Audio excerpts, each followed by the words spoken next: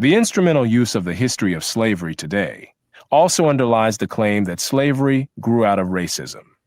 For most of its long history, which includes most of the history of the human race, slavery was largely not the enslavement of racially different people, for the simple reason that only in recent centuries has either the technology or the wealth existed to go to another continent to get slaves and transport them en masse across an ocean.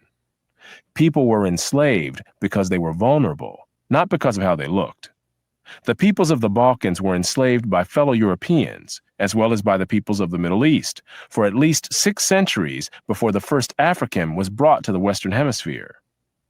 Before the modern era, by and large, Europeans enslaved other Europeans, Asians enslaved other Asians, Africans enslaved other Africans, and the indigenous peoples of the Western Hemisphere enslaved other indigenous peoples of the Western Hemisphere. Slavery was not based on race, much less on theories about race. Only relatively late in history did enslavement across racial lines occur on such a scale as to promote an ideology of racism that outlasted the institution of slavery itself. Wherever a separate people were enslaved, they were disdained or despised, whether they were different by country, religion, caste, race, or tribe. In East Africa, the Maasai were feared slave raiders, and other African tribes, either alone or in conjunction with Arabs, enslaved their more vulnerable neighbors. As late as 1891, it was reported that Manyuema slavers had demoralized surrounding tribes, destroying crops, and famine reigned everywhere. You are watching Marjorie with Purpose, and we're going to learn the truth about slavery since so many Black Americans insist on being stuck in slave mentality. Guess what? Slavery is older than racism, y'all. Who'da thunk? Thanks for watching Marjorie with Purpose. If you like what you see at the end of this video, hit the like button, share, and subscribe. Welcome.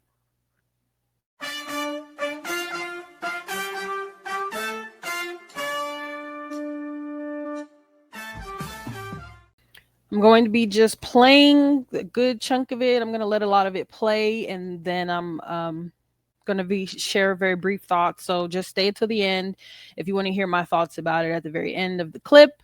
Otherwise, let's watch.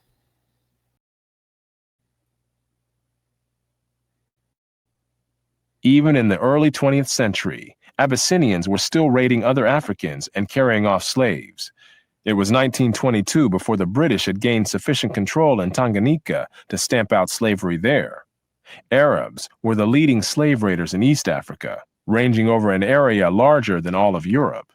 The total number of slaves exported from East Africa during the 19th century has been estimated to be at least 2 million. The form in which the story of slavery has reached most people today has been along the lines of the best-selling book and widely watched television miniseries Roots by Alex Haley. Challenged on the historical accuracy of Roots, Haley said, "I tried to give my people a myth to live by. This instrumental use of history, or purported history, is open to the same objections as other instrumental myth-making. Despite the impression created by Roots, during the era of the massive slave trade from West Africa, a white man was more likely to catch malaria in Africa than to catch slaves himself. The average life expectancy of a white man in the interior of sub-Saharan Africa at that time was less than 1 year. By and large, men from Europe or the Western Hemisphere came to the coasts of Africa, bought their slaves, and left as soon as possible. Even so, the death rates among the white crews of the ships carrying slaves to the Western Hemisphere were as high as the death rates among the slaves themselves.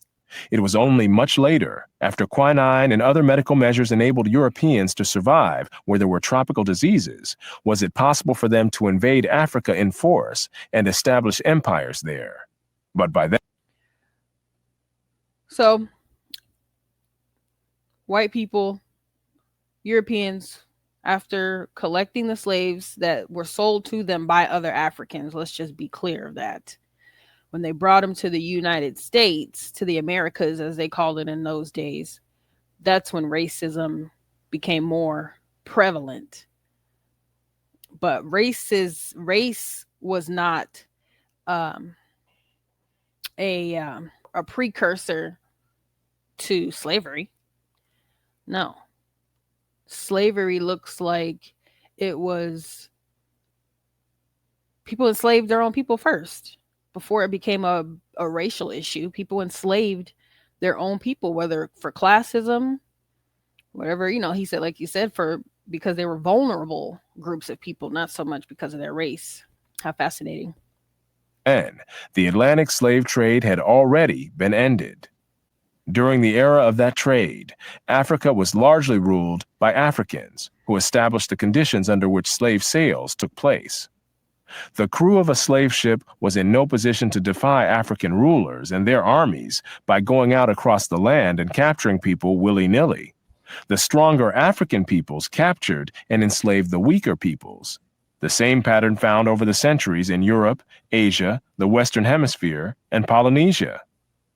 In Nyasaland, the Ngoni and Yao swaggered over and terrorized other tribes. In Uganda, the Baganda made life miserable for their neighbors. And the Nyoro and Hima of Anko enslaved Toro women and children. The Tutsi dominated the Hutu in Rwanda. The Maasai lorded it over the Kikuyu and Kamba. And the latter, in turn, held the Indorobo in a kind of serfdom. It was precisely the fact that Europeans, except for the Portuguese, seldom participated in the raids that captured and enslaved Africans that enabled most people in Europe and the Americas to remain oblivious to the traumatic experience that this was, with some Africans committing suicide to avoid capture and wives being whipped as they tried to cling to their husbands or children. Historian David Breon Davis pointed out that Europeans had little contact with the actual process of enslavement, and that as late as 1721, the Royal African Company asked its agents to investigate the modes of enslavement in the interior. Europeans typically saw only the end results, enslaved people being offered for sale on the coast. It was much the same story in the Ottoman Empire, where those who bought slaves had no idea what these slaves had been through before. The unique position of the Western world in the history, and especially the destruction of slavery, need not imply that there was unanimity within the West on this institution. In addition to whites who defended the enslavement of Africans on racial grounds, or who opposed general emancipation on social grounds, there were many whites, and even blacks, who defended slavery as a matter of self-interest as slave owners. Although most black owners of slaves in the United States were only nominal owners of members of their own families, there were thousands of other blacks in the antebellum South who were commercial slave owners, just like their white counterparts. An estimated 1/3 of the free persons of color in New Orleans were slave owners, and thousands of these slave owners volunteered to fight for the Confederacy during the Civil War. Black slave owners were even more common in the Caribbean. In short, there were many defenders of slavery in the West, even in the 19th century. And outside the West, slavery was too widely accepted to require defense. No other nation ended slavery in the same way as the United States did.